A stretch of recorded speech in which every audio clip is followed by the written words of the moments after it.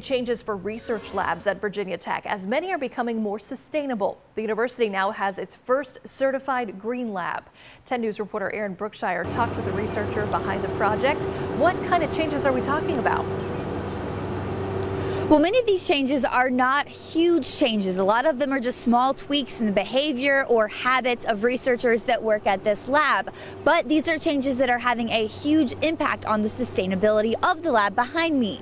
Now, some of the simpler changes include reducing energy use by regularly turning off the lights at the end of the day and taping over switches that power unused lights. There are also brightly colored signs and notes reminding the researchers to turn off vacuum lines and other equipment when not in use. By shutting the sash or cover on a chemical fume hood when it's not being used, one lab alone is saving as much energy as 3.5 households per day. And another small change with a big impact, raising the temperature of the super-cooled freezers. Almost every life science lab has a -80 freezer, so -80 Celsius.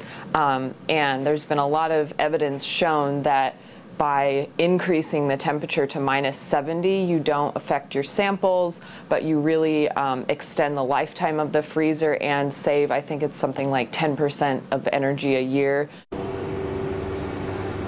And there's also been a big push for more recycling, from styrofoam to plastic pipette tip boxes. More and more companies are allowing labs to send back and recycle the packaging from their products free of charge. And inspired by this program, other labs at Virginia Tech are starting to get on board as well. So it's a program researchers are hoping will expand throughout the university, Jenna.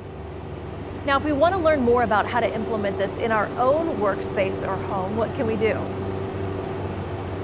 Well, there is a laboratory expo here on campus today. Pre-registration for that event has already filled up, but anyone is able to walk in to go to that expo. And the theme of the expo today is sustainability. So all of the vendors here on site will be talking about ways to make their products more sustainable, ways to recycle, and ways to cut down on energy consumption as well.